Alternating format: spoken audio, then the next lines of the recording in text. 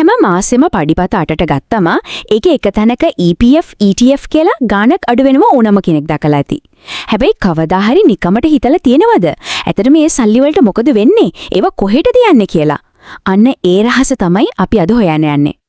හිතන්න බලන්න හැම මාසෙම වැටුපෙන් අඩුවන ඒ පොඩි ගාණ විශ්‍රාම යන කාලය වෙද්දී ලොකු ධනයක් බවට පත්වෙන්න පුළුවන් කිව්වොත්. ඔව් අද අපි කතා කරන්න යන්නේ ලංකාවේ වැටුප් ලබන සේවකීන්ට තියෙන ඒත් වැඩියම අවධානයට ලක් නොවුණු ඒ සැඟවුණු නිදාණය ගැන.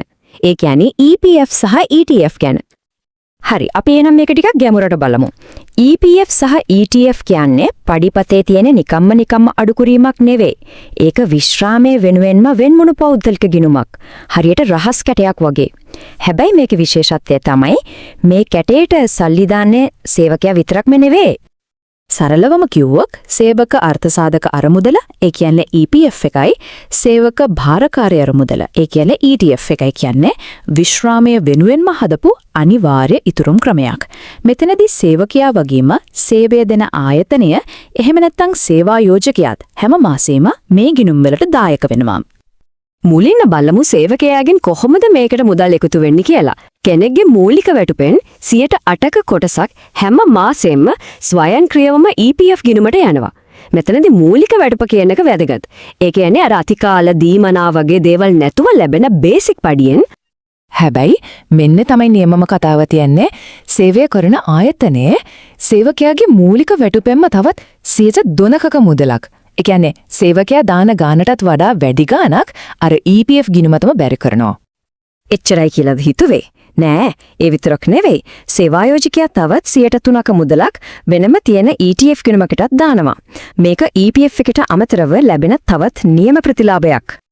එතකොට බලන්න සේවකයාගේ 8%යි ආයතනයෙන් දෙන 12%යි අර අමතර 3%යි ඔක්කොම එකතු වුණාම මූලික වැටුපෙන් 23%ක දැවන්ත මුදලක් කිසිම මහන්සියක් නැතුව ස්වයංක්‍රීයවම හැම මාසෙම අනාගතය වෙනුවෙන් ආයෝජනය වෙනවා.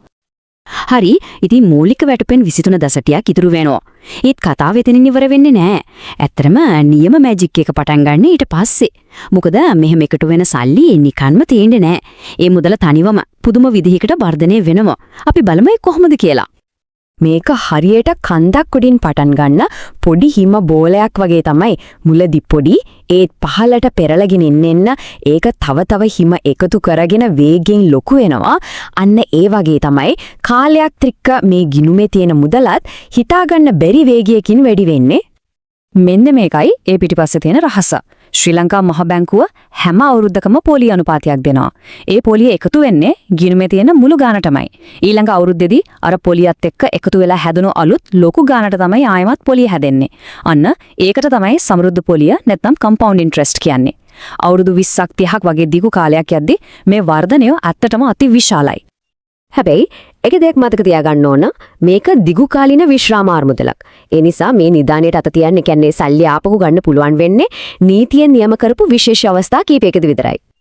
ඉතින් නීත්‍යානුකූලව මේ අරමුදල් ලබා ගන්න පුළුවන් ප්‍රධාන අවස්ථා තමයි මේ. નિયમિત විශ්‍රාම වයසට ආවම ගියක් හදාන්න හරි ගන්න හරි අවාසනාවකට බරපතල ලෙඩකදී සහ ස්ථිරවම රට දාලා යනවා නම් විතරයි මේ මුදල් ලබා ගන්න අවසර ලැබෙන්නේ.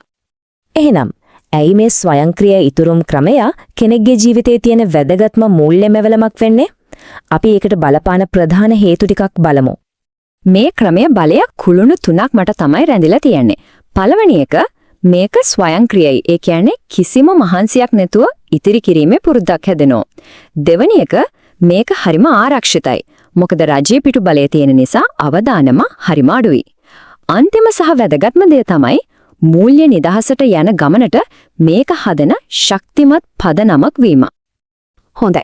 දැන් මේ හැමදේම දැනගත්තට පස්සේ පළවෙනි පියවර තියෙන කාලය හරි.